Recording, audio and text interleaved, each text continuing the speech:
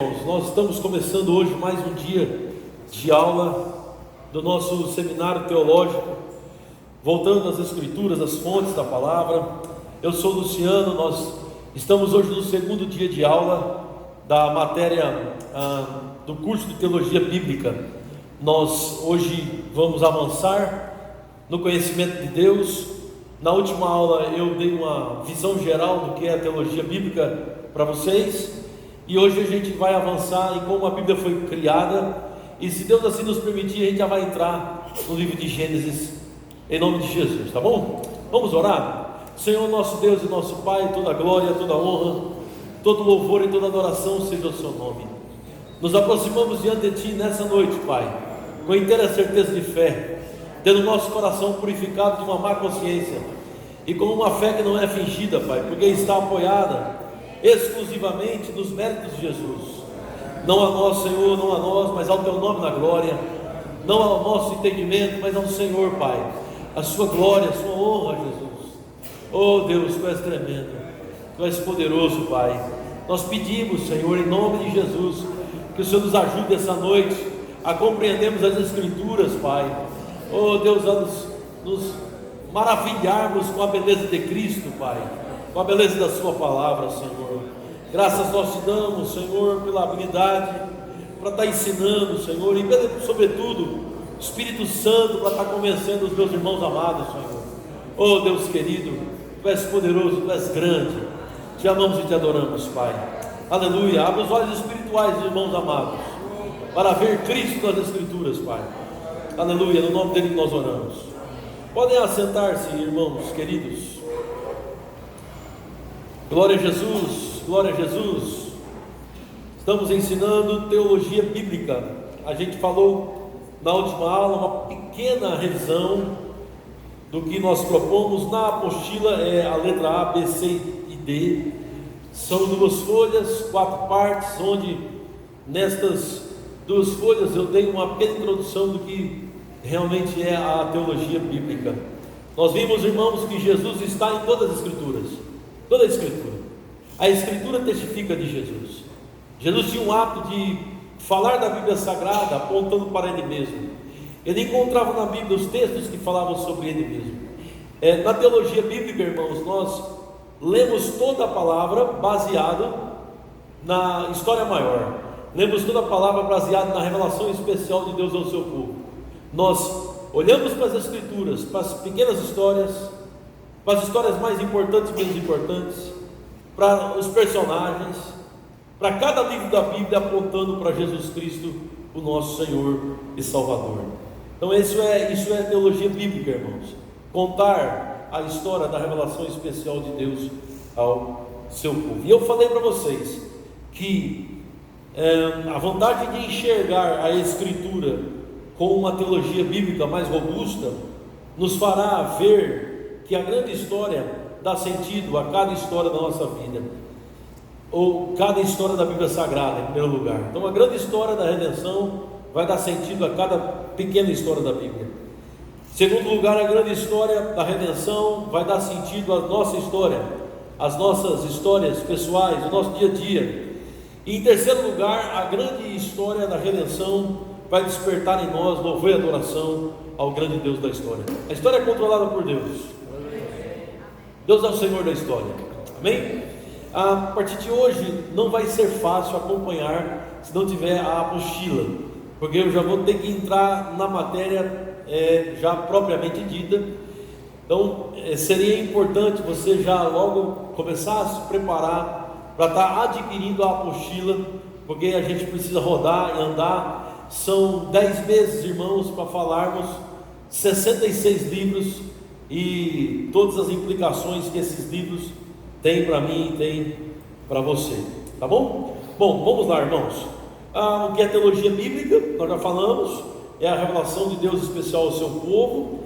Teologia, você já sabe muito bem que Theos é Deus, logia é o estudo de Deus. E aí, irmãos, vem o problema: Deus pode ser estudado? Peraí, quem é o homem para estudar Deus, né? Aí me faz lembrar de alguns versículos. Abre comigo em Romanos 11, 34, 35 e Salmos 8, versículo 4. Romanos 11, 34, 35, eu estou na página 1 da apostila, depois de A, B, C e D. Como é que pode estudar Deus? Quem é esse homem que tem essa ambição? Deus não pode ser estudado, irmãos, por alguém? Deus pode ser estudado por alguém? É uma coisa a se pensar, né? Deus ser estudado? O negócio está meio invertido, né, irmãos? Mas vamos ver o que a Bíblia fala sobre o homem, sobre a antropologia bíblica e também sobre o homem desejando entender Deus. Em Romanos 11, versículo 34 diz: quem pois conheceu a mente do Senhor? Ou quem foi o seu conselheiro? Ou quem primeiro deu a ele para que ele venha a ser restituído? Ou seja, quem é esse homem para tentar estudar Deus? Deus agora é objeto de estudo de alguém? Quem é esse camarada? Salmo 8 dá uma dica de quem é esse homem.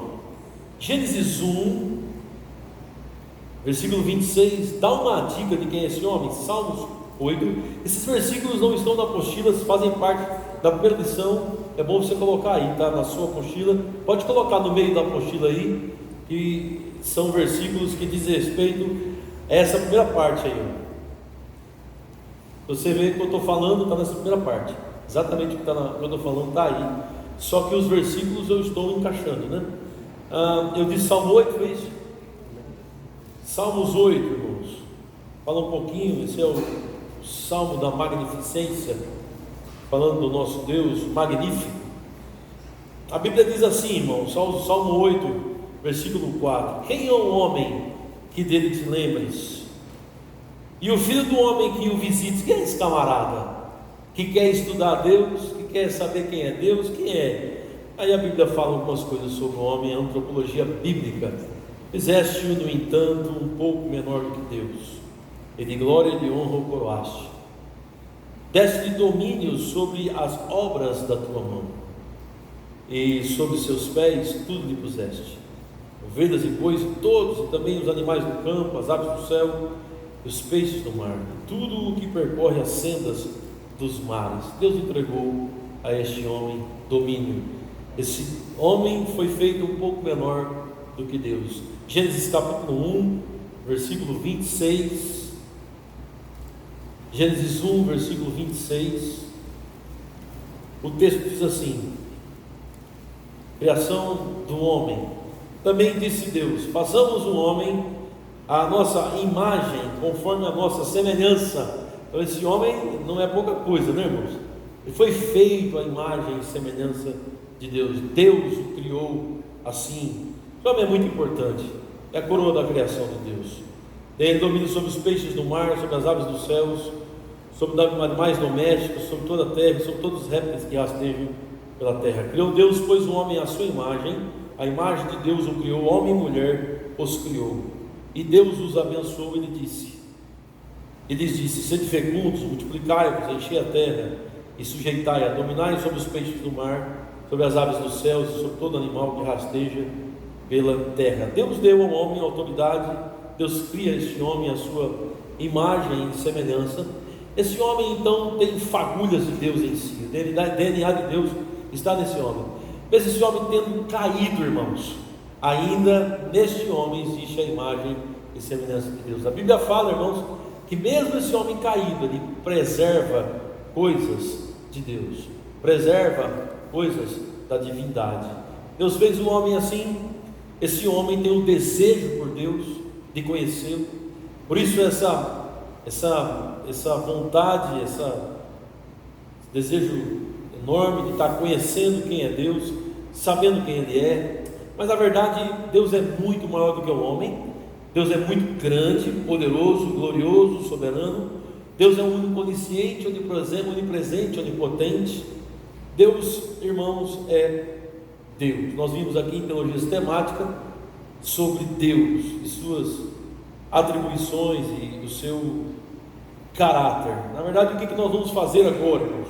Nós vamos estudar o que homens especiais, escolhidos por Deus, falavam sobre Deus, falaram de Deus. Homens que tiveram experiências marcantes com Deus, experiências essas que foram narradas por textos, Experiências essas que esses homens escreveram cartas, experiências estas que esses homens deram testemunhos, esses homens viram coisas, tiveram visões, e nós vamos contar sobre essas visões que esses homens tiveram. Esses homens entregaram para nós documentos, escrevendo, revelando suas experiências com Deus. Então nós vamos estudar esses documentos, vamos estudar essas verdades que esses homens trouxeram sobre Deus, e vamos conhecer Deus a partir dessas coisas. Teologia bíblica, irmãos, ela é organizada de uma forma cronológica e com um fundo histórico. Quando nós falamos cronologicamente, nós estamos falando sobre o tempo, nós estamos falando sobre o tempo em que as coisas aconteceram.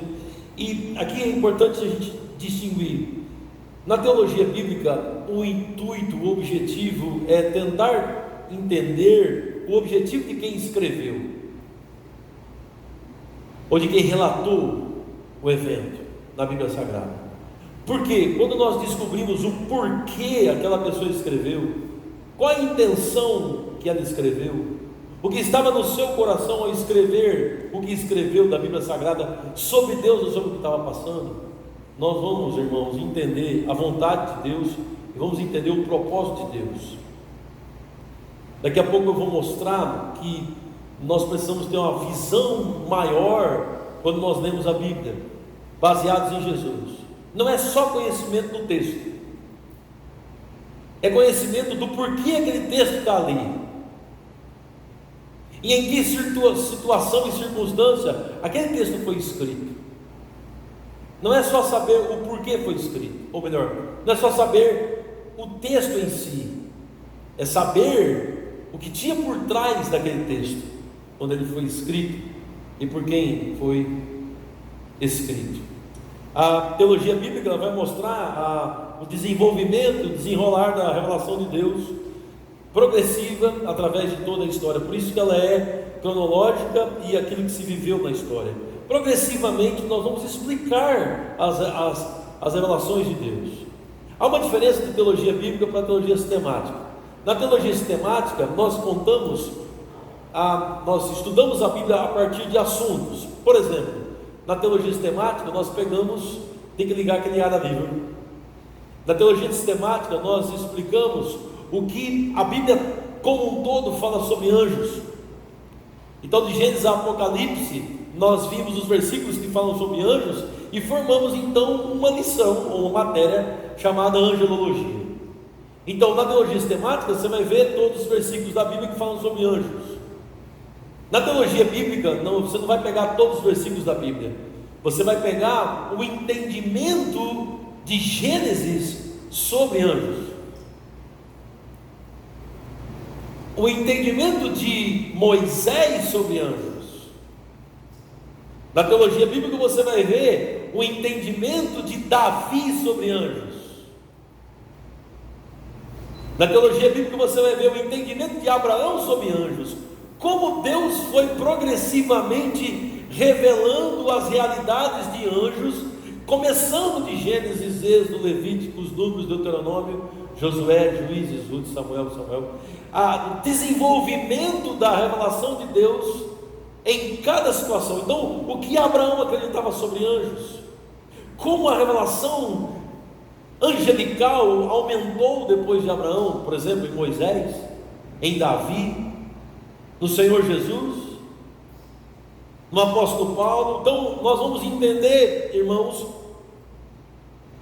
os pedaços da revelação, da teologia.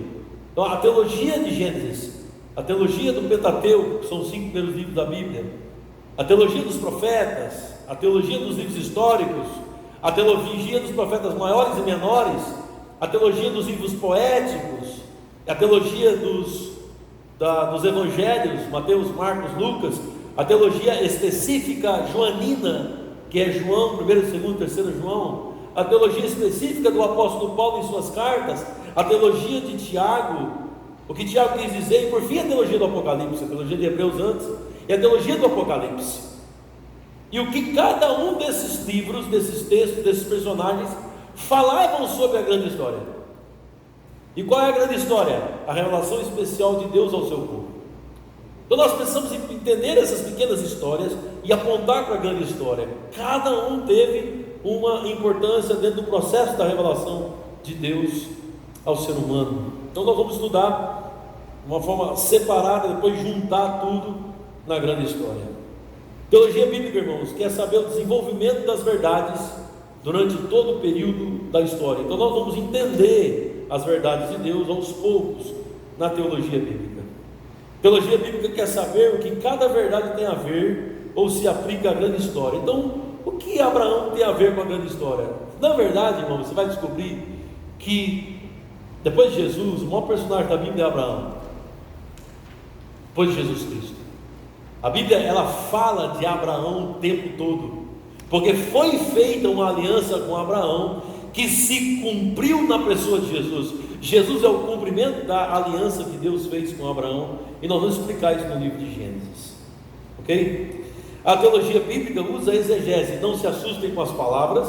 Lembra que eu disse para vocês há um ano atrás, nós vamos começar a se familiarizar com termos bíblicos e termos teológicos. Então não se assuste. Exegese, fácil. Exegese simplesmente significa interpretação. É a interpretação do texto bíblico. Tem uma definição, eu vou ler para você, está na página 2 também da sua apostila. A exegese é uma análise, é uma interpretação, uma explicação detalhada e cuidadosa de um texto bíblico. Isso é exegese. Então o que a teologia bíblica vai fazer? A teologia bíblica tem que pegar a exegese, ou seja, tem que pegar a interpretação do texto, tem que estudar aquele texto, tem que observar o que aquele texto quis dizer, parte a parte, usar a exegese para interpretar cada texto de acordo com a grande história. Então a teologia bíblica, ela vai trabalhar dois grandes testamentos: Velho Testamento, Novo Testamento. O Velho Testamento tem uma teologia própria, o Novo Testamento tem uma teologia própria, e o Velho Testamento, dentro dessa teologia própria dele, tem várias subdivisões. O Velho Testamento e o Novo Testamento, dentro da sua teologia própria, também tem várias subdivisões, e nós vamos estar explicando isso para os irmãos. Já começamos, tá? Irmãos, nesses nossos anos, depois de Cristo, nesses 2000 anos, a teologia bíblica começou a ser falada de uma forma que é falada hoje, a partir de Martim Lutero. Martim Lutero foi o reformador que Deus usou inicialmente para começar a trazer um pensamento teológico bíblico. Antigamente os pensamentos eram soltos. Antigamente, na Idade Média, no tempo que o catolicismo governava, os pensamentos sobre Deus eram muito soltos, não se valorizava a grande história da redenção. A Martim Lutero vem e consola a Escritura. Então começa o povo de Deus, os reformadores, começam então a convergir tudo numa grande história, que é a história da revelação especial de Deus. Depois de Martim Lutero tem o Calvino, que foi um dos maiores teólogos bíblicos do nosso tempo. Então nós vamos tirar da Bíblia o seu tema principal, vamos tirar das histórias da Bíblia seu tema principal, que é a história da revelação de Deus ao seu povo. Só para fim de compreensão, irmãos, só para a gente deixar registrado na página 3, nós temos aí 4 tipos de teologia. Teologia bíblica, que é o nosso tema desse ano. Teologia histórica. Na teologia histórica se recolhe os dados de um grande número de autores, pregadores e teólogos durante esses 2000 anos. A teologia histórica, ela está aplicada aos 2000 anos da era cristã. Não se fala muito de teologia histórica antes de Cristo, ok? Se fala de teologia histórica depois de Cristo. Então se pega o que historicamente os pregadores, mestres da palavra, falaram a respeito da teologia, a respeito de Jesus nesses últimos 2000 anos. Teologia sistemática, vocês já aprenderam no ano passado. E por fim, nós temos teologia prática. A teologia prática é pegar tudo que aprendemos e colocar na prática no dia a dia da nossa vida. Então nosso objetivo é falar sobre teologia bíblica, que é o que nós estamos fazendo. Aí a minha pergunta para você é a seguinte, página 4: como é que a Bíblia nasceu?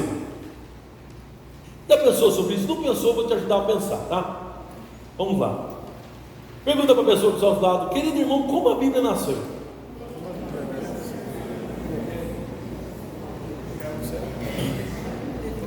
Porque é assim, nós estamos ensinando teologia bíblica, já dizendo que a nossa fonte é a Escritura, estamos voltando às fontes, mas a pergunta que a gente precisa fazer é: como é que a Bíblia nasceu? A Bíblia tem 66 livros, aqui está a Bíblia Sagrada, a minha é igual à sua, certo? Como isso aqui apareceu? Isso veio do nada, caiu do céu? Deus simplesmente jogou a Bíblia, e aí, está aí, 39 livros, depois chegou 27, formando 66. Não é assim. Isso aqui foi formado, isso aqui apareceu na história, e é o que eu conto aqui, nós contamos aqui na apostila, na página 4, a formação da Bíblia. É importante a gente saber como os textos apareceram. Tudo começou, irmãos, aí em cima na página 4, quando Deus se revelou a alguém. A pessoa passou a ter uma forte experiência com Deus, Deus se revelou a essa pessoa, uma poderosa experiência, e esse primeiro contato de Deus com esta pessoa, nós chamamos de revelação. A pessoa teve uma revelação com Deus. Quem? Adão. Adão foi o primeiro homem onde Deus se revelou. Deus cria Adão, se revela a Adão e Eva e assim por diante. Aí você vai puxando em Gênesis, você vai vendo Deus se revelando a Noé, Deus se revelando a Abel, Deus se revelando a Caim para julgá-lo, Deus se revelando a Sete, que seria o substituto de Abel, Deus se revelando a Sem, os filhos de Noé, e Deus vai se revelando às pessoas, Essas revelações de Deus às pessoas são experiências marcantes que esses homens tiveram e essas mulheres tiveram com Deus. Então é onde começa a Bíblia Sagrada. Só que naquele tempo eles escreviam, então não tem livro, não tem, irmãos, naquele tempo onde registrar como é que as experiências que esses homens tiveram com Deus eram transmitidas. Em primeiro lugar, oralmente. A Bíblia começou com pessoas que tiveram experiências com Deus e oralmente transmitiram. Quase todo o Velho Testamento foi transmitido oralmente, não tinha escrita. O pai passava para o filho, as comunidades se reuniam e guardavam a história, e contavam a história, eles falavam da história de dia e de noite. A história era compartilhada. O tempo que a gente gasta na internet, eles gastavam contando a história. Os clãs eram formados, e com a formação desses clãs, Abraão foi o grande formador de um grande clã. Com essa formação desses clãs, dessas comunidades pequenas que eram estabelecidas, ali a palavra de Deus era transmitida. Vocês estão entendendo, irmãos? Amém. Aquelas pessoas que ouviam a palavra, a ouviam através de uma narrativa. Muitas vezes a palavra vinha através de uma parábola, que era contando uma história. Outras vezes a revelação que Deus deu a estes homens vinha através de uma profecia, através do assim diz o Senhor. De qualquer forma, irmãos, Deus se revelava a seres humanos, e essas revelações de Deus aos seres humanos começaram a tocar no coração de outras pessoas. Entendem? A revelação que Deus dava aos seres humanos, que era transmitida oralmente, tocava no coração das outras pessoas, através das parábolas que eram contadas, das narrativas que eram contadas, através das informações e profecias que eram passadas. Narrativas, profecias, parábolas, tudo isso é o que nós chamamos de inspiração. A inspiração é o processo que nós denominamos como o resultado em que outras pessoas começam a experimentar a mesma percepção de Deus por aquilo que foi contado. Então, primeiro, revelação. Segundo, inspiração. Deus apareceu a Abraão, Abraão contou para Isaac, Isaac teve a inspiração. A revelação foi a Abraão, e Abraão conta para seu filho crê. A inspiração começa a fluir pelas parábolas, pelas profecias, pelas histórias que eles contavam um para o outro. É assim que a Bíblia começou. Sabia disso? Não? Quem nunca imaginava isso? Nunca imaginava que seria assim. Você nunca pensou sobre isso, né, irmão? Mas é uma coisa a se pensar, né? Como a Bíblia apareceu. A sequência para ficar fácil, é assim: primeiro, revelação, Deus se revelando a homens. Segundo, inspiração, é a transmissão. A revelação é a passada, é a inspiração. Está aí na apostila, página 4, tá? A sequência, mas eu estou falando. Depois da inspiração, começou-se a entender a revelação e a inspiração como autoridade. Então, o pessoal começou a perceber que a história que Abraão contou para Isaac, Isaac contou para Jacó, e Jacó contou para os seus 12 filhos, não era uma história como outra qualquer, era uma história com autoridade. Então a revelação era contada por inspiração